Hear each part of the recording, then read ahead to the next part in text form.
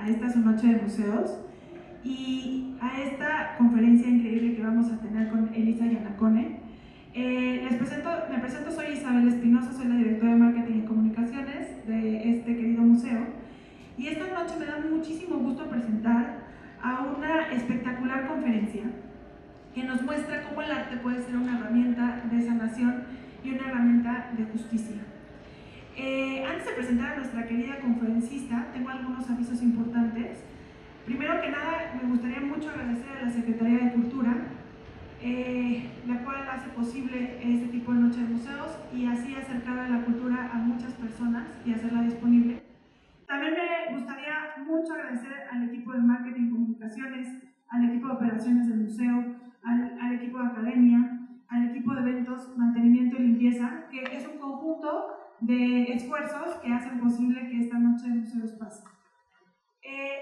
Otra cosa que es muy importante avisarles es que ante cualquier alarma, por favor, recuerden, no corro, no empujo, no grito, conservo la calma y háganle caso al personal del museo. Todos estamos identificados de alguna manera, sobre todo el personal que trae chalecos. ¿Alguien de aquí con chalecos? Ahí está mi compañero, por favor levántate y mueve el chaleco. Muchos estamos con este tipo de chalecos, son los brigadistas y son a los que vamos a hacer este caso. También ya vieron algunos videos de la ruta de evacuación, que es de ese lado, y todo el museo tiene diferentes señaléticas, las señaléticas verdes de este lado o de este lado, donde se marcan las rutas de evacuaciones. Por favor, no fumen, es un espacio libre de humo. Por favor, es un buen momento para poner todos sus celulares en silencio o verificar, porque luego, no sé qué pasa, que se ponen en gritón, pues por favor, pónganlos en silencio. Y recuerden, hay una promoción muy interesante hoy en Noche de Museos, casi nunca pasa, que es que si les gusta el museo y quieren visitarlo después con su familia, pueden comprar hoy los boletos a un precio máximo de descuento de 120 pesos y traer después a su familia para que lo disfruten contigo. Y bueno, esas son mis noticias y ahora sí me voy a lo interesante, que es presentar, tengo el gran honor de poder presentar a Elisa Yanacone. Les cuento que un poco de ella. Ella es periodista y directora fotográfica.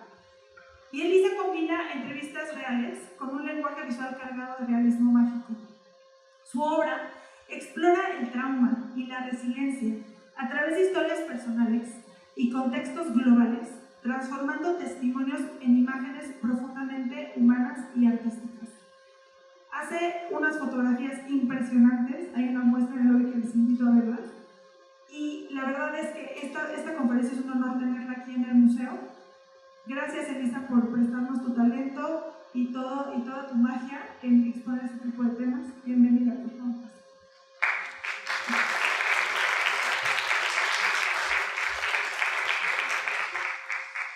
Muchas gracias. Y gracias a todos por estar aquí en un miércoles en la tarde en la Ciudad de México, y así que hay muchas cosas que hacer.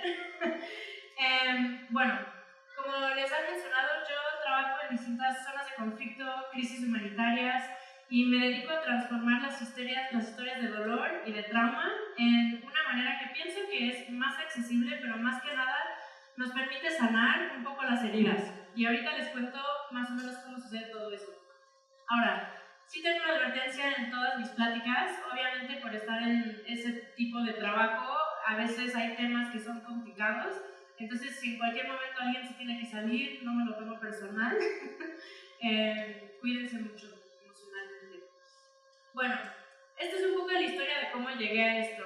En el mundo, generalmente, cuando uno hace cine o producción de video o periodismo, te dicen que puedes hacer una cosa, pero no otra. Si eres periodista, solo eres eso. Si haces películas de Hollywood, solo vas a hacer eso. Y a mí siempre me han gustado los dos mundos. O sea, yo empecé trabajando en cine en Canadá y me encantaban las historias de derechos humanos, de justicia social, y quería mezclar los dos mundos, pero no sabía cómo. Entonces empecé del lado más lógico, que era ir a ver el mundo y empezar a documentar todas las protestas que sucedían. Esto no se lo van a creer, pero es en Toronto, que fue la cumbre del G20 y todo el centro de Toronto se convirtió en una zona de protesta, con gas lacrimógeno, con balas de distintos tipos. Y Y bueno, estuve ahí como por primera vez cubriendo este tipo de temas y bueno, en un país bastante sencillo porque como quiera Canadá, al final no pasan tantas crisis tan terribles. Luego en Francia estuve cubriendo un lugar que se llama La Jungla, que es un campo de refugiados que muchas veces lo han querido quitar, pero vuelve a surgir. Y bueno, me fui por todo el mundo así, esto fue en Mozambique, y poco a poco me empezaba a dar cuenta que cuando pasan los momentos más traumáticos en el mundo, llegan todos los periodistas y en muchas partes del mundo nos dicen buitres, porque siempre estamos buscando la muerte, estamos buscando las cosas terribles porque las queremos documentar. Y originalmente yo lo quise hacer como para ver, ser ojos, ¿no? O sea, tener testimonio de las cosas que estaban pasando, pero al mismo tiempo me sentía un poco vacía en el sentido de que llegas a ponerle la cámara a alguien en el peor momento y no hay nada más. Los dejas, la foto se pone en la cubierta de una página de internet o de una revista o de un periódico, y la realidad es que cuando la gente ve esta clase de imágenes, generalmente ya son personas que están interesadas por los derechos humanos o por los temas internacionales. ¿Cómo llegar a una audiencia que en realidad no quiere ver esa clase de imagen que es sumamente dolorosa? Esto fue en Cairo en el 2013, en que el primer presidente que había sido democráticamente electo fue quitado por la milicia y llegaron miles de personas a protestar. Como pueden ver, no hay muchas mujeres. Fue un periodo difícil en un mundo muy conservador islámico que cubrir, pero bueno, aprendí muchísimo y aprendí mucho de quiénes somos en los peores momentos del trauma. O sea, ¿en quién nos convertimos cuando alguien acaba de perder a su hijo o acaba de ver toda su familia quemarse en un hospital? Cosas así. Esta fue una entrevista que hice en Irak, en un campo de refugiados sirio, y fue una de las entrevistas más duras de mi vida porque fue una mujer cuyo hijo había sido asesinado por su esposo. Su esposo, de hecho, había intentado abusar del niño y lo ahorcó con una agujeta y porque no quería que hiciera ruido. Entonces obviamente se había llevado al esposo, ella se estaba quedando con su hermana y de principio a fin de esta entrevista la mujer estaba llorando, o sea, y yo detrás de la cámara llorando también. Y fue como un momento de transición en mi carrera porque dije, ok, esta mujer nunca la voy a volver a ver. Ella seguramente, o sea, ni siquiera hablábamos el mismo idioma. Y dije, o sea, a lo mejor ella va a pasar esta entrevista, a lo mejor se va a arrepentir de haberme la dado, porque sí pides consentimiento, pero ¿cómo puedes dar tú el consentimiento de dar una entrevista cuando te acaba de pasar algo increíblemente traumático? O sea, puedes decir que sí y a lo mejor 5 meses después dices, ¿por qué hice eso? ¿O por qué dije eso? Es el peor momento y ese es el momento en el que llegamos los periodistas y documentamos todas estas cosas. Entonces, nada más les voy a pasar aquí un videito de más o menos para que se den la idea de cómo son estos mundos. Nada más unos segunditos porque sí es un poco pesado.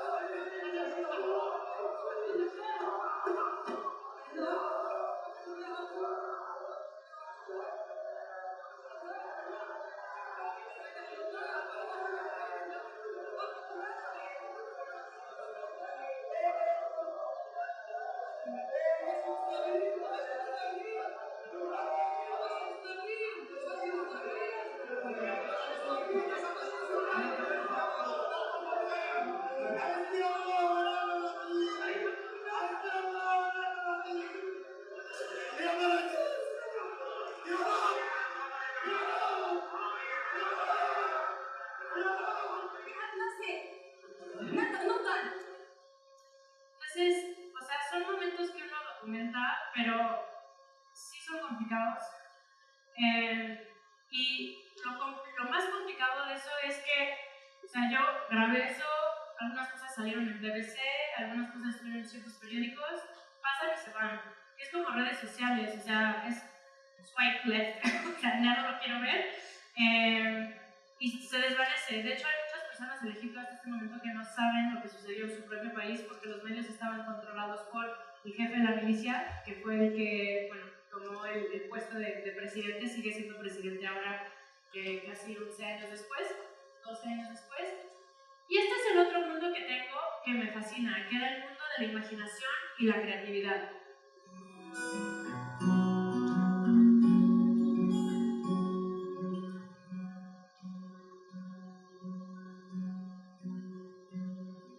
Somewhere round the corner of her sleeping mind, she remembers clearly the one she left behind. And when she thinks about it, tears may start to show. For though he was her true love, she had to go. But they caught the falling leaves, so the summer wouldn't end. So just a little longer he could hold her hand, hold her hand. Eso nada más es un clip de un video de música que hice en Islandia con un grupo que he seguido por casi una década. Entonces, la pregunta es, ¿cómo mezclo esos dos mundos? Y la mayor parte de la gente dijo, no se puede. Sí se puede. Bueno, la forma en que yo llegué a esto fue por azares del destino, luego todo pasa por algo.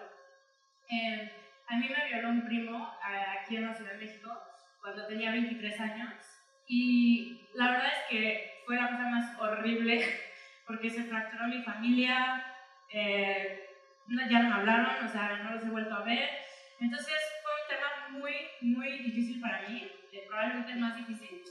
Y gracias a Dios, yo estaba en ese momento, acababa de terminar la carrera en Canadá, me regresé allá y el gobierno canadiense me puso en terapia del arte, que era algo que yo en ese momento no sabía que existía. Que bueno, imagino que ahorita ya es mucho más común, pero prácticamente es algo en donde a veces las palabras fallan, a veces no es fácil comunicar lo que ha sucedido y puedes encontrar la manera de expresarte a través de dibujar, bailar, crear y en este caso, imágenes. Ahora, cuando yo busqué violencia sexual en ese entonces, estas eran las clases de imágenes que salían. Eran en blanco y negro, siempre mujeres que estaban siendo abusadas y yo no me quería sentir identificada con ninguna de esas imágenes. Poco a poco empezaron a meter un poco más de color en las imágenes que estaban surgiendo, hubo varios proyectos que empezaron a salir, pero nuevamente, o sea, yo veo a estas personas y digo, es que yo no quiero ser ninguna de ellas y no me siento identificada con esa clase de imagen. Entonces decidí meterme a hacer un proyecto yo de cómo yo veía las cosas. Y este se llama La Espiral de Contención y Secuelas de la Violación. Me tardé 8 años prácticamente en hacerlo porque al principio no sabía que estaba desarrollando un método artístico de trabajar. Y pues, ¿de qué se trata? Empecé a hablar con otras personas que habían sido violadas en distintas partes del mundo y empecé a crear lo que me decían. Por ejemplo, esto fue en Sudáfrica y empecé a hablar con una mujer que le había pasado el abuso en el centro de Johannesburgo y me empezó a decir cosas como, es que sentí que estaba parada al fin del abismo con un vestido roto. Y el vestido era amarillo porque era brillante, representaba mi carrera, representaba mi relación en ese momento. Y bueno, ella fue un caso donde 2 personas con una pistola llegaron, se la metieron en un edificio y sucedió todo, le rompieron la ropa y por eso ella decía, es que sentí que iba a estar con un vestido roto toda mi vida al fin del abismo. Y cuando ella dijo esas palabras, un vestido roto y el abismo, como que en mi mente, o sea, estás en una entrevista periodística, ¿no? Pero esas imágenes no son literales, pero se fueron a mi imaginación. Entonces, encontré un edificio en Johannesburgo que pareciera un abismo. Esto no lo van a creer, pero viven 3.800 personas aquí. No es que esté abandonado. Y vi que tenía un balconcito. Entonces me metí y entonces la puse ahí. Y bueno, esta fue la imagen final. Y son 300 metros de tela de algodón de la India, que era como lo más ligerito para poder hacerlo. Tuvimos que abrir la ventana porque estaban todas selladas, son de metal, así con una cosa de metal, así abrirla. Y al final de la imagen todas las telas están, hay una cuerda que va 18 pisos hacia el techo del edificio porque ninguna de las ventanas se abrían. Entonces fue todo un show. Pero el motivo por el cual me encanta esta imagen es porque cuando terminamos, la mujer con la que trabajé me pidió que si le podíamos poner de título El Reino. Y le dije, ¿por qué le quieres llamar El Reino a esta imagen? Y me dijo, porque cuando estaba ahí parada moviendo esas telas y viendo cómo se movían, me volví a sentir como reina y volví a sentir que yo podía reintegrar todos esos pedazos de mí que se habían roto. Entonces, para mí, yo dije, ok, comparemos esto con la mujer en Irak, que nunca volví a ver, que en realidad yo siento que no le di nada, o sea, sí registré su historia, pero en realidad no le di nada más. Y aquí es una colaboración de verdad, porque yo me siento con las personas a que me cuenten sus historias, me comunico con ellos a través de dibujos, en un poquito van a ver, esta fue una mujer Cosa, que es un grupo sudafricano, y ella me contaba cómo la había abusado un tío en un cementerio. Y bueno, como mexicana, cementerio, o sea, se me empezaron a venir muchas imágenes a la mente. Me dijo que ella sentía que había logrado ver como lucecitas al final del camino, porque había logrado mantenerse a flote. Entonces, esta imagen, pues dije, ok, mantenerse a flote, un barco, y estoy pensando tipo Día de los Muertos, ¿no? Luz al fin del camino. Entonces, combiné las culturas. Y entonces, bueno, eso fue lo que hicimos en ese espacio. Todos los elementos de las imágenes son de la entrevista. Es decir, las cosas que ella tiene puestas son tradicionales de su cultura. También el tambor y las pieles son de la tradición Cosa. Y ella quería que estuvieran ahí para representar a sus ancestros. Y ella los quería ahí, no porque estuviera contenta con ellos, pero porque les quería recordar que no la protegieron y que a pesar de ellos había logrado estar a flote. Pusimos también una lápida en su barco porque dice que se sintió tan cerca de la muerte que pensó que ese día iba a ser una persona más, pero logró sobrevivir. Entonces, por eso es que la tenemos así. Esta es la manera en que yo me comunico después de una entrevista. Entonces, hablo con alguien, me empiezan a contar sus historias. Por ejemplo, aquí este joven me dijo, todo a mi alrededor se sintió como un circo. Y en el momento que él dijo que todo se sintió como un circo, yo dije, ok, circo. Luego me dijo que había un hombre con un coche convertible clásico rojo con el que se había ido.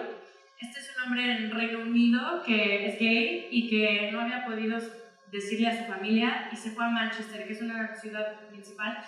Y había salido a un bar, se hizo amiga de 3 personas, mi amigo de 3 personas, terminaron en su casa, hubo alcohol, hubo drogas. Se fue a dormir en una de las recámaras y se despertó y el dueño del coche rojo lo estaba violando. Entonces, bueno, me contó esto y así fue que traduje la historia. Ahora, obviamente, como él me dijo que no se acordaba de la cara de nadie, es que hice así la imagen donde todo el mundo prácticamente se estaba moviendo así para que no estuvieran enfocados cuando hice la imagen. Y estaba hablando de que había un perico, que bueno, eso no es un perico, pero fue lo que pude encontrar. Un perico que estaba hablando y que de eso sí se acordaba muchísimo. Entonces, todos los detalles de las imágenes, y de hecho, o sea, tengo un libro que detalla así todo, de por qué pusimos todo de esa manera, ¿no? Esto es un caso de incesto, nuevamente en Sudáfrica, de cuando tu propia familia es la que te está abusando. Me dijo, sentí que estaba en una jaula, pero no podía salir de la jaula porque estaba rodeada de peligro inminente. Y obviamente estando en África, le dije, bueno, peligro, ¿cómo representamos el peligro? Y que sea así una familia. Entonces trabajamos con leones. No les recomiendo que trabajen con leones, no se comportan como deberían, hay que usar mucha carne, no son amigables. Pero bueno, esto es en Real de 14, es una prima mía y fue como la primera venida que tuve con mi familia, en donde ella me escribió y me pidió que si podía ser parte del proyecto. Entonces, bueno, como quiera, poco a poco este proyecto me ayudó a sanar un poco mi historia y también a generar empatía con otras personas, generar empatía en audiencias, presentar distintos tipos de historia, porque no quiero que todo el mundo piense que siempre el abusador es hombre y la víctima es mujer. Quería enseñar distintos tipos de abuso. En este caso fue al revés de lo tradicional, en donde él fue abusado por su mamá. Se recuerda a él que fue desde los 5 años hasta más o menos los 12, 13 años. Entonces, él dijo que él sentía que era normal y hasta que tuvo unos 40 y tantos años que no lograba tener una buena relación, empezó a ir a terapia y se dio cuenta que lo que había estado sucediendo no era normal. Y fue hasta entonces que eso sucedió. Entonces él decía, cuando abrían la puerta del cuarto y estaba la sombra, yo sentía que algo raro iba a suceder, pero era normal. Entonces así fue que hicimos como trabajar con una nubecita, como eso que te estás acordando, pero no bien. Y bueno, esto es como lo que uso como generalmente en la portada del proyecto, simplemente porque es una espiral. Esto fue una mujer que le pasó en la universidad y agarró las sábanas y se cubrió con ellas y dijo, es que sentí que estaba en el ojo de la tormenta. Y cuando pensé en sábanas y un ojo de la tormenta, como que mezclé las dos cosas y bueno, así quedó. Entonces, bueno, continué haciendo proyectos en esta manera, ya que me di cuenta que esta era una metodología para trabajar, que en realidad todo el mundo la puede usar, o sea, cualquier persona podría hacer esto y todos lo interpretaríamos de formas diferentes. Esto fue en un hospital infantil de Nelson Mandela y estas son como las citas de las entrevistas, ¿no? A veces me frustra seguir en diálisis, me aburro mucho, no puedo salir ni ir a ningún lado. Sueño con volar a otro país, las enfermeras me ayudarían a escapar, volaría con globos. Entonces cuando él dijo eso, así fue que me lo imaginé. Entonces este proyecto fue más de ir al hospital y transformarlo en lo que soñaban los niños. Y esa es literalmente su enfermera favorita. Entonces a veces siento que las paredes se me vienen encima, pero me imagino como modelo y diseñadora. Estoy completamente enamorada de la moda. Me imagino con un gran vestido rosa. Y de verdad que quería un gran vestido rosa, porque me la puso difícil. Ese fue el que logré encontrar. Por suerte encontré que en el hospital ya había camas que tenían rosa, porque si no hubiera tenido que cubrirlas, pero encontré un cuarto que ya lo tenía. Entonces, bueno, eso fue nuevamente azares del destino. Me gustaría poder comer todo lo que quiero, pasteles, donas, galletas, chocolates, muchos pasteles diferentes, todos los pasteles del mundo. Esta era una niña que nuevamente estaba en diálisis, tenía distintos problemas, entonces no podía comer ningún pastel. Y yo le dije, si yo traigo todos los pasteles del mundo, o sea, va a ser horrible para ti, ¿cómo vas a poder? Y me dijo, no, pero los voy a poder oler. Y yo, entonces bueno, ahí fue que me puse a hacer pasteles. Ahora, obviamente la mayoría de estos son de unicel, no crean, pero sí los decoré bien por fuera. Todo el hospital olía. Ahora, una anécdota un poco cómica, todo esto que es bastante triste. Esa puerta que hay allá, de este lado, allá, hay otra igualita. Y cuando estábamos grabando, de repente, o sea, había unos paramédicos que van corriendo y traían un bebé. Y estaban corriendo con un bebé y yo dije, entonces movimos todo así. Entonces pregunté, bueno, ¿qué es esto, no? Ya desperté a mi hija. Van corriendo y les digo, oigan, ¿qué es esto? Me dicen, no, es que esto es para todos los bebés, o sea, este es un espacio neonatal. Yo había pedido permiso de trabajar en el hospital, había 1000 lugares en el hospital en los que podía trabajar y me dieron permiso de trabajar ahí. Nunca me dijeron que por ahí pasaban los bebés. Entonces 2 veces que estábamos haciendo, tuvimos que quitar todas las cosas del piso para poder dejar que pasaran los bebés, cosas que solo suceden en países como Sudáfrica y creo que en México también nos daría permiso. Es aburrido pasar por la diálisis, me gustaría estar en casa para jugar. Quisiera que mi cama fuera un coche verde con luces, hecha de todas las cosas que tenemos en el hospital. Él sí me la complicó porque él quería que todo fuera hecho con cosas del hospital. Entonces, más o menos, no pudimos hacer absolutamente todo, pero una buena parte, que ahí tenemos las sillas de ruedas, las mascarillas, los guantes de los doctores, el suero lo inyectamos con pintura rosa, y eso literalmente es su cama, ¿no? Entonces él muchas veces se imaginaba que era como, estaba en la Fórmula 1 o una cosa así, Y bueno, así fue que lo hicimos. Ahora, tristemente, la mayoría de estos niños, la niña de los pasteles, por ejemplo, ya murió.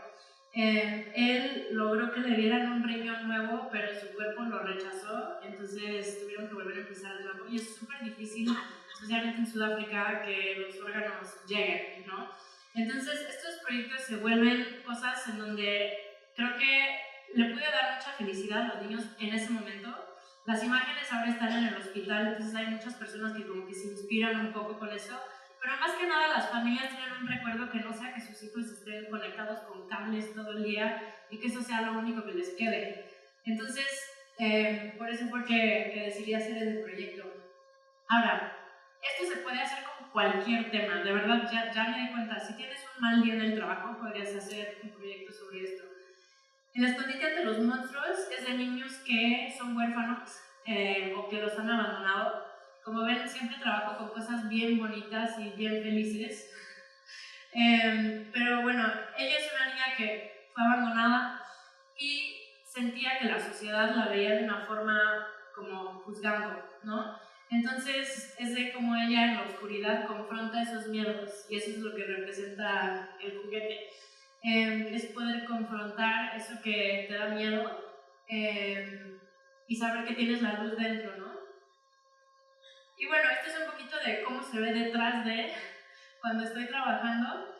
Esto fue una historia sobre una niña que, bueno, también es huérfana, pero dice que su mamá viene a protegerla y que siempre llega como mariposa.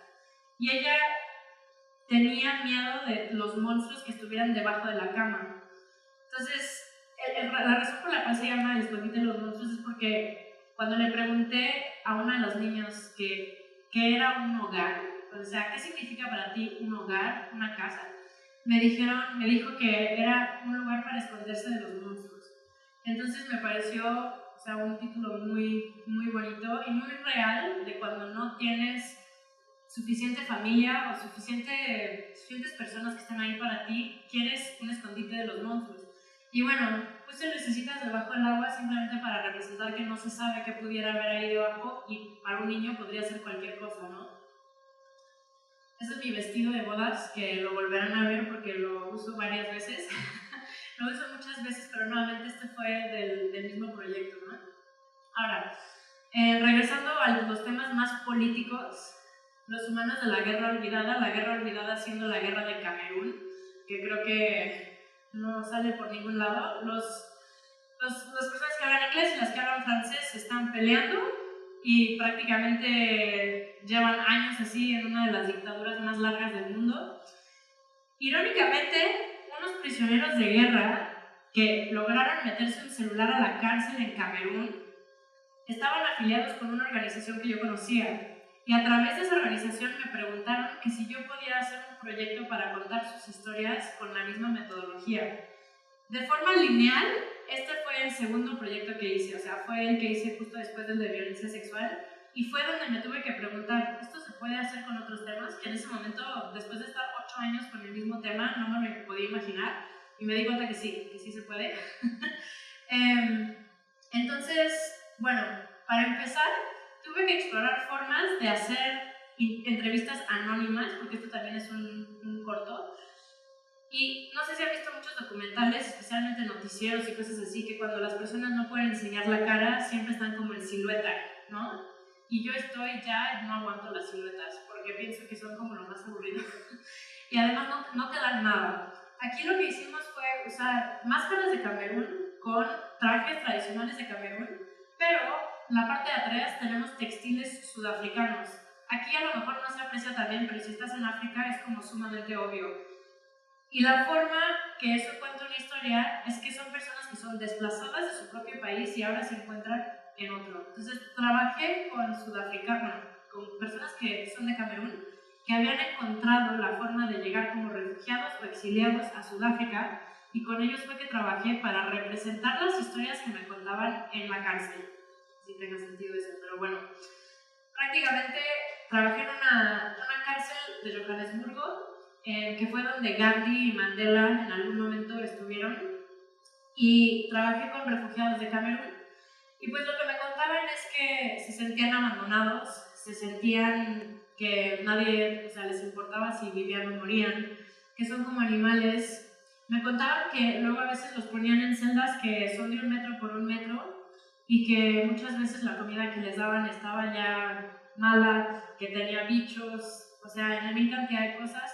Y bueno, ustedes podrían pensar que esto está como demasiado artístico para que llegue a medios grandes, una cosa así, pero lo padre fue que esto salió en BBC África y luego también salió en Newsweek. Y eso fue muy interesante para mí porque yo dije, bueno, esta clase de forma de trabajar a lo mejor y solo puede ser para una exhibición o puede ser, no sé, para enseñarle de una forma como muy, muy artística, pero no, también se puede hacer para noticias y esa parte me gustó mucho.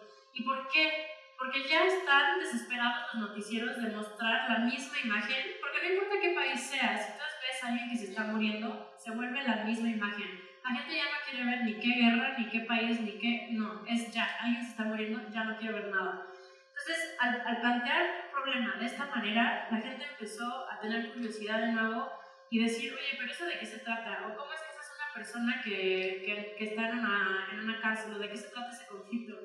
Entonces, bueno, eso estuvo muy, muy bien. Ahora, el proyecto en el que he estado trabajando últimamente se llama La Esperanza entre Ruinas. Y este es un proyecto que ya hice en Ucrania y en Siria. Todavía me faltan varios países, pero al menos ya llevo 2.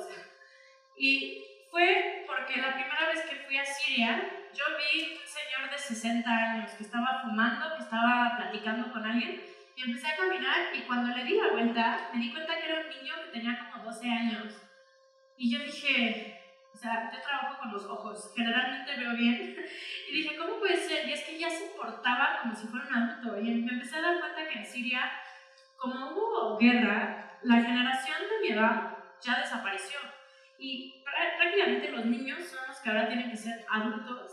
Entonces, ya no existe alguien que cuide a alguien. O sea, hay niños de 16 años que ahora son los que cuidan a 5 más o 6 más y tienen que trabajar en una tienda y tienen sus motocicletas. Y los niños desde que tienen 10 años ya están en las motocicletas, se ponen a vender cosas, están haciendo... Yo dije, wow, o sea, ¿cómo puede ser que haya una generación entera de niños que ha tenido que ocupar el espacio de los adultos? Y eso es también lo que va a empezar a suceder en Ucrania, por la forma en que vamos, y bueno, evidentemente en Gaza, ni se diga.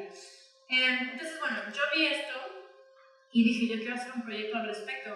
Obviamente, trabajar en Siria durante el régimen de Assad era una cosa increíblemente complicada, porque si alguien ha oído de la cárcel de Sednaya, es a donde mandaban a gente, o sea, si pensamos que los carteles son malos, estamos a la par ahí, digamos.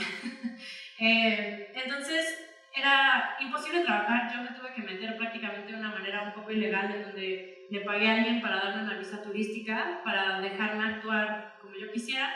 Una vez ya adentro, me reportaron al gobierno una vez porque llegué demasiado tarde a mi hotel.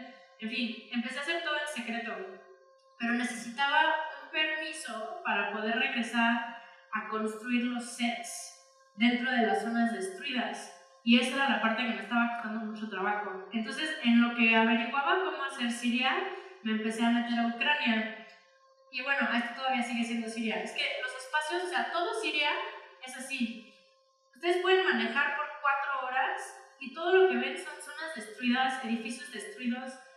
Me impresionó de verdad muchísimo, porque yo había visto muchas zonas de guerra, pero no había visto una cosa que de verdad un país entero estuviera tan mal. Entonces, bueno, me fui a Ucrania primero. ¿Por qué me fui a Ucrania? Porque en 2019 yo estaba viviendo ahí, entonces ya conocía bien el país, tenía buenos contactos, en cierto modo fue un país fácil para trabajar para mí. Y empecé a evolucionar el método. Como estaba trabajando con niños, decidí trabajar con terapeutas del arte y en los casos posibles con sus papás. Y pues prácticamente esta niña, por ejemplo, me dijo, quiero ir al fin de la Tierra. Y le dije, ¿por qué? Porque en el fin de la Tierra hay color, hay unicornios, hay helado, y al fin de la Tierra va a estar mi amiga Mira, que no la he visto desde el principio de la guerra.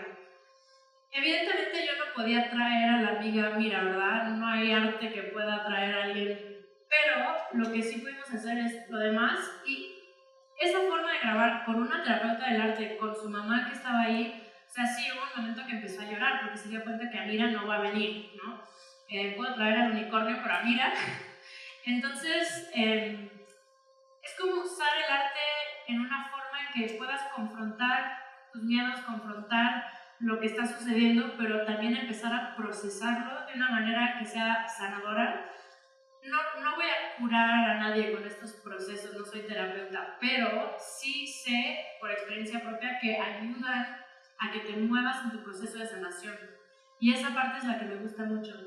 Estos son unos niños que su papá se fue al frente y el niño me dijo que el momento donde se sentía más en paz es cuando hacía barcos de papel con su papá. Y quería que toda su familia estuviera en el barco, pero tristemente el papá tenía traumas tan severos que los papás se tuvieron que divorciar y los niños no podían ver al papá.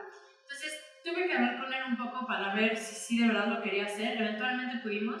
Este perro casi destruye el barco. Fue muy complicado, pero bueno, el chiste es que ya logramos armarlo y así salió. Logramos tener a la hermana.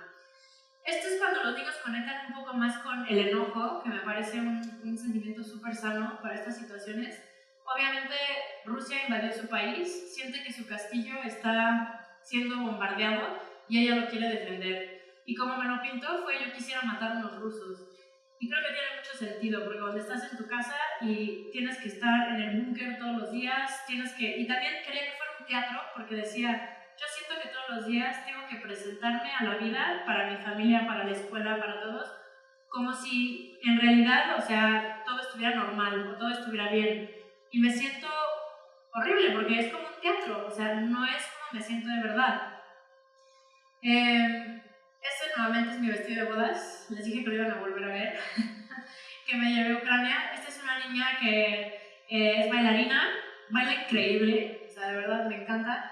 Y quiere irse a París a ver las luces. Y simplemente, o sea, ella sueña con tener vestidos así, la clásica imagen de París, y estar ¿no? ahí caminando viendo luces. Y bueno, ahí hice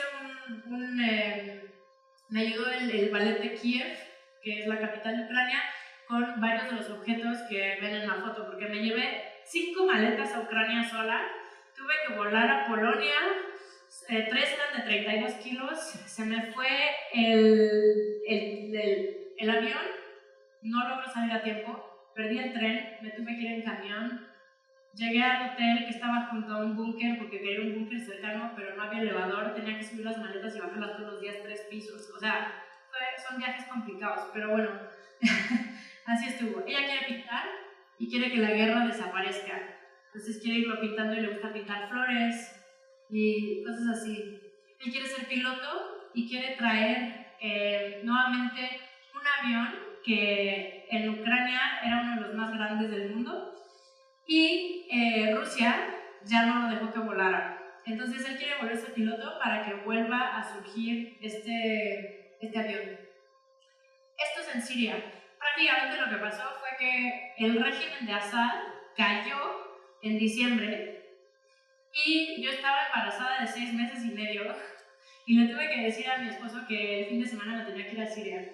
Entonces me metí porque en ese momento no necesitaba visas, ni permisos, ni nada. Llegué con todos mis disfraces y mis cosas. Y bueno, ella sueña con regresar a su hogar, a su casa, que ya no puede porque es de Afrin, de una parte del norte de Siria, que bueno, con la guerra uno ya no puede ir ahí.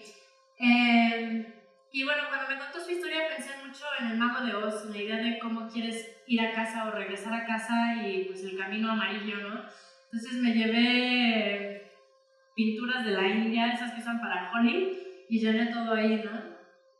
Este fue un niño que tuvo su cumpleaños el día del terremoto en el norte de Siria, entonces nunca lo pudo celebrar. Originalmente la foto iba a ser solo de él, pero había unos señores que estaban tratando de construir un edificio al lado, o bueno, reconstruir, y me dijeron que, o sea, ya que se enteraron que estábamos haciendo, me dijeron, oye, ¿podemos ser parte de la foto? Entonces le dije, sí, métanse a la foto.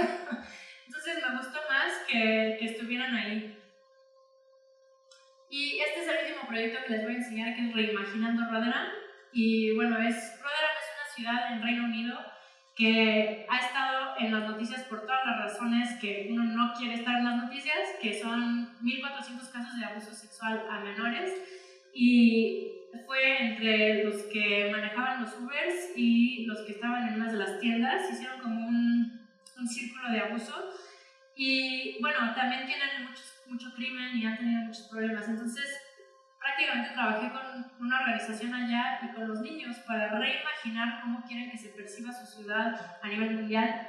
Y entonces ellos quieren que recordemos que los espacios de bosque, que bueno, en Reino Unido son verdaderamente maravillosos, pueden ser mágicos y que recordemos esos detalles, ¿no? Que en el bosque hay que son maravillosos. Que haya una mezcla de culturas. Hay muchas personas que son ellas de Sri Lanka, pero hay gente de la India, de Bangladesh, de Pakistán, que viven en este lugar y está todo lo que es pues, la arquitectura colonial o bueno, británica, digamos, y quería mezclar. Entonces, de hecho, tuve que pedir permiso muy especial para que pudiéramos poner esas flores de la India alrededor de las estatuas, porque es algo como muy delicado. Pero ella quiere que las culturas se puedan integrar perfectamente. Ella quiere que no se tengan que poner vestidos, que la gente no le diga quién es, porque ella quiere jugar rugby y se quiere vestir como quiera. Entonces esto se trata de como romper los estereotipos y de poder ser quién eres, aunque la sociedad de Rotherham todavía es muy conservadora y todavía hay mucha crítica, pero creo que es muy valiente de su parte posicionarse de esa manera. Ella tiene parálisis cerebral, se llama Nico, y sueña con ser autora. Quiere crear historias para que todo el mundo se pueda inspirar a base de lo que ella ha pasado, y verdaderamente es una niña súper resiliente y, como pueden ver, increíblemente alegre. Y finalmente, que me gustó muchísimo esta entrevista, fue una niña que dijo: yo quiero que mi ciudad sea una ciudad tan especial que cuando la gente se muera y sea fantasma, quieran regresar aquí. O sea, que se sientan bienvenidos y que regresen a mi ciudad. Y a mí me pareció una cosa mágica que solo a un niño se le podría ocurrir, que diga que cuando te mueras quiero que vengas a mi ciudad porque es la ciudad más mágica. Y dije, wow, ok, creo que tengo que hacer. Ese es mi esposo, por cierto, porque me ayuda con mis fotos. Entonces, bueno, esa soy yo, ese es el trabajo que yo hago. Y me parece que vamos a abrir la sala para preguntas, ¿no? No sé si alguien tiene una pregunta, pero...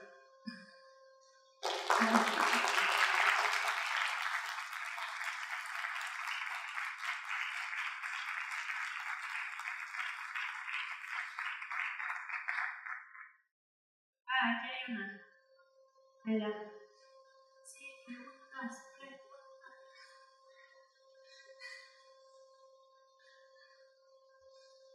Hola, muchas gracias. Me da curiosidad, ¿cómo es que escoges a las personas con las cuales trabajar? En especial este último, creo que tienes una relación muy grande de personas con estas situaciones de vida. ¿Cómo es que los seleccionas? Cada proyecto fue diferente. Generalmente conecto con organizaciones que trabajan con ese tema. O sea, por ejemplo, en el caso de la violencia sexual fue con organizaciones que trabajan con sobrevivientes de violencia sexual. En el caso de Ucrania conecté con terapeutas del arte que ya estaban trabajando con niños y pensé que serían las personas más indicadas para saber qué niños se podrían beneficiar de trabajar de esta manera. En el último proyecto trabajé con una organización que está en Rotterdam, que precisamente ha hecho un grupo, como un consejo de niños de la ciudad, que son los niños que están queriendo transformar la forma en que la ciudad se percibe. Entonces trabajé con ellos y el consejo de niños, que fue el que me escogió para trabajar con ellos, fueron los que decidieron qué niños iban a ser con los que iba a trabajar. En el caso de los prisioneros de guerra, ahí sí fue el que pudiera, porque o sea, pedí voluntarios, conecté con grupos de refugiados y exiliados en Sudáfrica y dije, estoy buscando hacer una cosa así. Entonces cada vez varía, pero generalmente trato de afiliarme con entidades formales que estén trabajando con el tema, y en especial en el caso de los niños, trabajar con terapeutas del arte o terapeutas en general y con sus papás, con sus guardianes legales. Es que me han dicho. Acá hay una pregunta por allá, ¿no? ¡Ah! ¡Hola! Los conozco.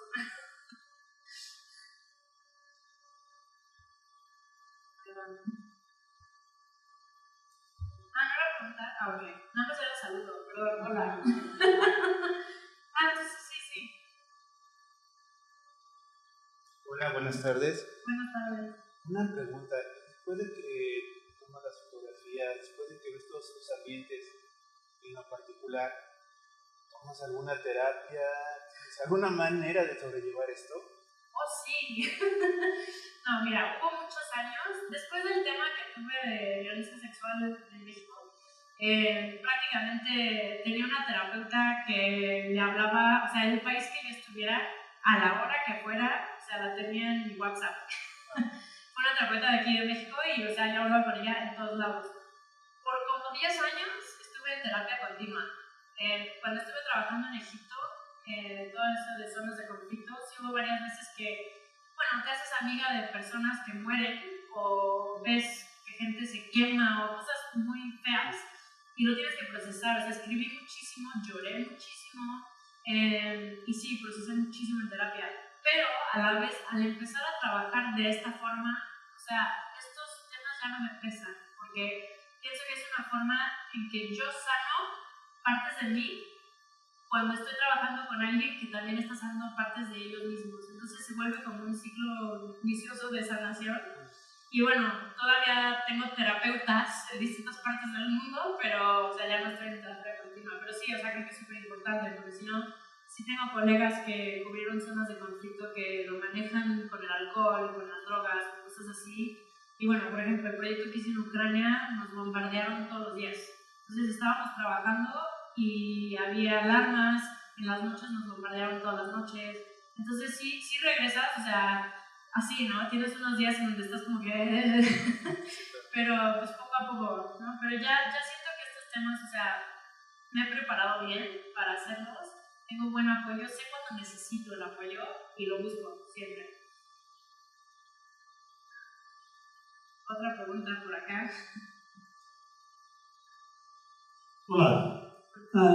Esta presentación fue muy interesante, pero en un particular área devoto hasta las áreas de conflicto, zonas de conflicto, especialmente en Egipto, Siria, donde la presentación fue muy gráfico. ¿Es posible explicar a nosotros por qué su interés trabajar, aplicar sus habilidades, talentos, etc., en esta área que es muy peligroso? And just muy peligroso, probablemente otras personas en la audiencia. Yo caí en zonas de conflicto como una cebollita, de que vas rascando y rascando y rascando. O sea, cuando yo fui a prepa en Querétaro y trabajé en las ambulancias como mi servicio social y empecé a ver mucho contacto con la muerte, con las heridas, con los traumas, obviamente con lo que yo pasé. Y pienso que para mí, yo quiero ver el mundo entero. O sea, no quiero ver nada más lo bonito, no quiero ver nada más lo feo, quiero ver todas las partes. Y soy una persona que, por X, Y o Z, opero muy bien en zonas de conflicto. O sea, lo puedo manejar muy bien. No sé exactamente por qué, y sí he hecho trabajo psicológico sobre el tema, porque sí va por ahí, sí, para los que lo piensen. Pero pienso que hay gente que tiene que ir. O sea, tenemos que documentar lo que está pasando, y hay gente que se les da y hay gente que no. Y a mí resulta que sí. Entonces, quiero usar mis talentos para eso y pienso que es súper importante poder contar esas historias, porque ahorita en el mundo, especialmente con lo que está pasando, necesitamos personas que se dediquen a mostrar caminos de empatía, caminos de unidad, caminos que nos vuelvan más humanos, porque muchísima falta nos hace. Y creo que es por eso. Por ahí va. ¿Alguien más? Ok. Hay muchas cosas que me llaman la atención, luego son temas de largas conversaciones, pero uno es el momento donde estás en Siria, Sara. ¿Cómo fue? Si estuvo algún pensamiento inmediato, alguna emoción inmediata, evidentemente conexión con eso estás ahí, pero teniendo un nuevo ser en ti. La otra es, me sorprende combinación de las tres me sorprende la paleta de colores que se pero la otra parte es preguntarte sobre la gráfica primera en tu método, ¿cómo lo resumirías? Perdón, que quise asociar, evidentemente entiendo el concepto, pero quise asociar cada color tal vez con el negocio. Gracias. El primer proyecto de violencia sexual, por ejemplo, se conecta todo a través del color. Son 25 imágenes. Cada una es una de la rueda de color de 24 colores, entonces de rojo a rosa. Y mi propio testimonio es en blanco y negro. Entonces quería que tuviera toda la rueda de color. Y sí, el color para mí es muy importante. Muchas personas me dicen, ¿por qué haces las imágenes de temas tan pesados de una manera tan llena de vida o tan alegre, digamos? Y la respuesta que siempre tengo es, ¿por qué tengo que reducirme, yo para empezar, y reducir a las demás personas a que estemos todos en blanco y negro y sin color simplemente porque nos ha pasado algo? Y siento que a mí la verdad es que me da más poder saber que puedo trabajar con color, que para mí significa tener vida, seguir siendo un ser humano dentro del planeta, que en realidad a la mayor parte del mundo le ha pasado algo, o sea, todos hemos pasado penas o traumas o cosas así, y pienso que simplemente trabajar en blanco y negro sería reducirnos a algo que en realidad merecemos ser más, ¿no? Con respecto a ir a Siria embarazada, sí, creo que es algo un poco extraño. Generalmente la gente no hace eso. Pero bueno, para mí son varias cosas. Yo por muchos años no quise tener hijos y la verdad es que tengo un marido impresionantemente bueno que él siempre quiso. Y me convenció que pues hace falta gente buena en el mundo y que creo que tenemos la capacidad de educar a nuestra hija de una manera que va a ser una buena persona. Eso espero. Pero lo vamos a intentar. Y creo que lo importante para mí era decir, no quiero que muera mi carrera por ser mamá y no quiero dejar de ser la persona que soy por ser mamá. Entonces fue un acuerdo al que llegamos los dos, en donde él me impulsa y me ayuda a seguir mis sueños. Y si esos sueños significan irte a Siria embarazada, pues eso fue parte del sueño. Y llegas ahí y hay mujeres embarazadas, y hay niños, y hay bebés. Entonces puedes conectar con todos ellos también. Hola, buenas noches. Hola, dos preguntas. Si tienes ningún límite. Sí, lo tengo. ¿Cómo es lo que dices ahora? Bueno, para este proyecto que estoy haciendo, todavía estoy en proceso que estoy haciendo con los niños en distintas zonas de conflicto. Lo obvio es Gaza, ¿no? Es como lo obvio. Pero no soy suicida. Entonces, sí tengo límites, sigo buscando ventanas, o sea, como lo de Siria. En ese momento no podía ir bajo Assad a construir sets en las zonas destruidas porque voy a terminar en la cárcel. Entonces, el límite era que no podía ir. El motivo por el cual fui en ese momento fue porque cayó el régimen. Tengo muy buenos mentores, o sea, uno de los editores de fotografía del Sunday Times de Londres, que estuvo trabajando por 40 años en el periódico, estuve hablando con él de decir, ok, esta es mi ventana, ¿verdad? Sí, esta es tu ventana, o sea, ve, la verdad, tengo buenos contactos, me impulsó a ir, entonces fue que tuve que decir, ok, este es el momento. Entonces el límite es encontrar momentos en donde yo siento que puedo hacer las cosas bien, que tengo la confianza de tener el apoyo suficiente para salir, porque entrar es fácil, salir, pero no tan fácil. Gaza, muero ganas, pero ahorita, o sea, sí es un proyecto suicida, o sea, en este momento, porque no hay lugar seguro en Gaza. Entonces, tengo que esperar a que pueda haber momento, ¿no? Entonces, esos son mis límites. Con respecto a encontrar un proyecto que me guste o que quiera hacer, pues, o vienen a mí, ya sea como el proyecto de violencia sexual, que yo no escogí ese tema, pero me cayó. Lo de los prisioneros de guerra, igual que me contactaron ellos y pues dije que sí, pero generalmente son cosas que simplemente cuando recorro el mundo, que es mi pasión, o sea, con mi trabajo en el mundo, hay algo que me salta y empiezo a conectar, o sea, con gente, con organizaciones.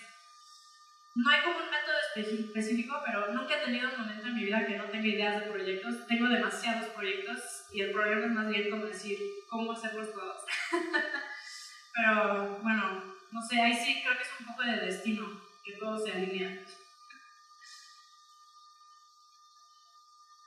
Acá.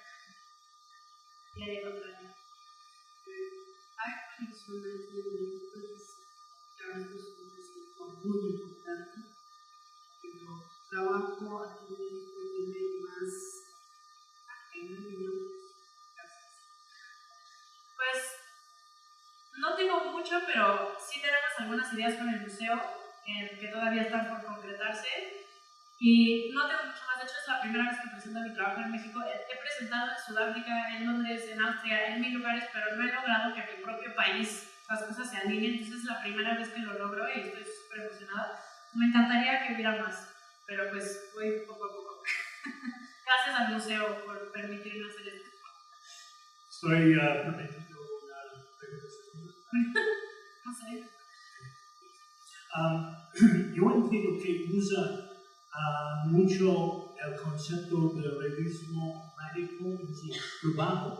¿Es posible explicar este concepto en cómo es usado en su trabajo?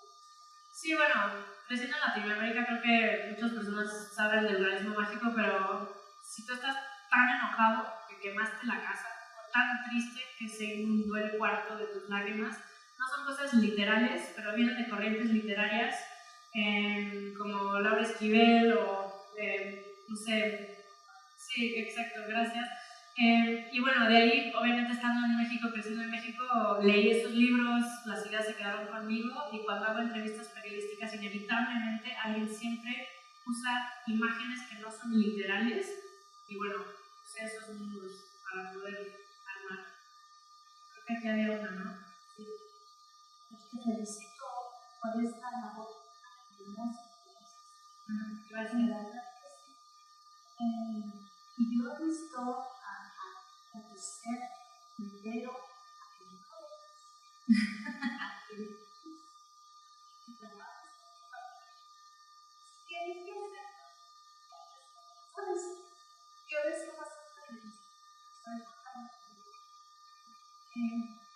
Y siempre dije,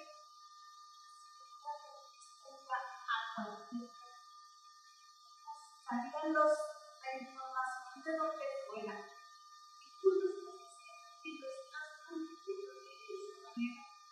Con tantos colores, con el sufrimiento de las personas que en verdad quieren a cada uno de principio.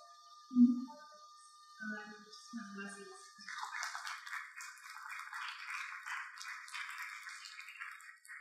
Vamos con más más.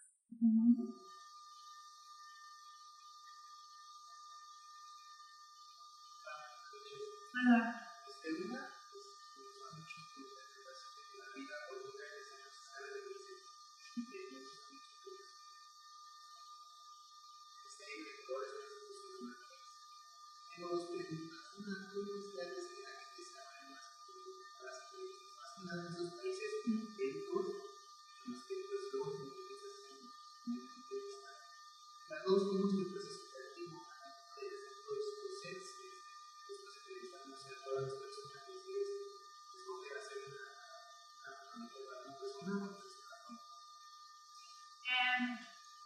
Bueno, para que la gente se abra, creo que la llave mágica que todos tenemos es la empatía.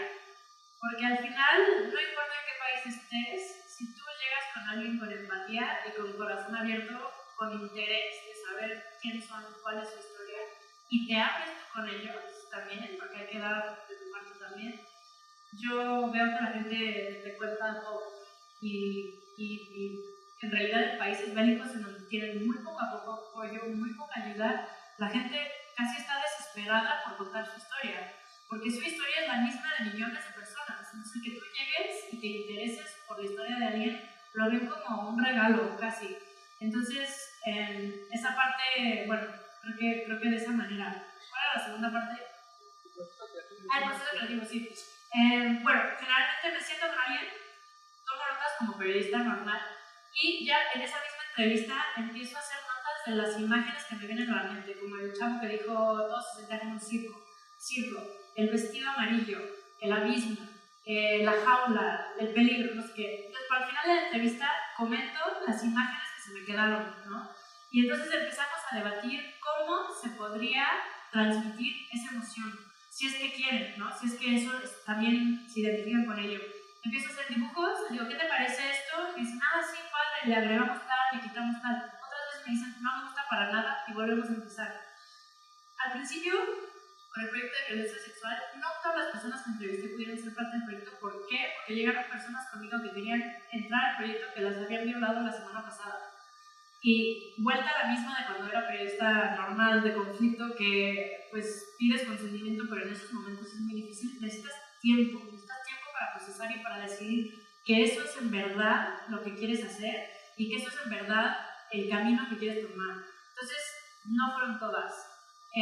También hubo personas que querían participar, que por ejemplo, cuando las conocí, a lo mejor había una persona que venía a la mente que tenía anorexia, no se podía parar, no podía hablar, solo me podía decir sí o no.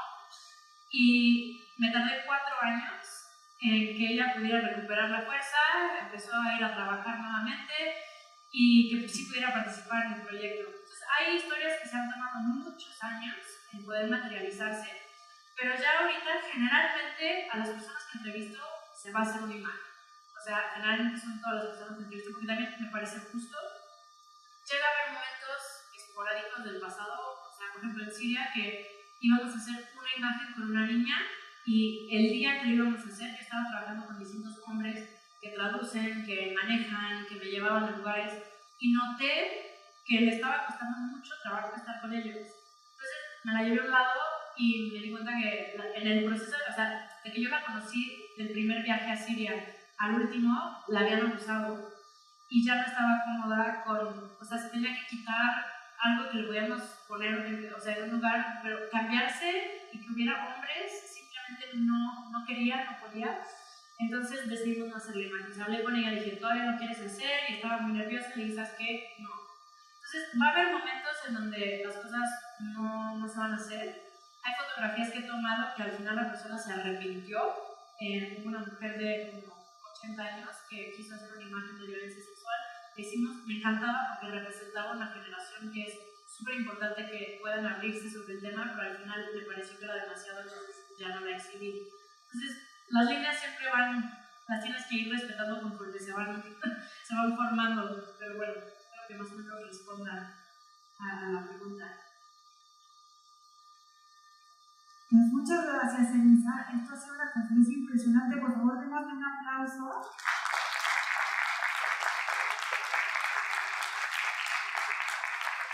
De verdad, muchísimas gracias, porque para mí, además de ser una sobreviviente de violencia sexual, has ayudado a otros a sobrevivir, y eso es lo más increíble para mí. De verdad, muchísimas gracias por enseñarme. No se vayan, porque hay cosas muy padres.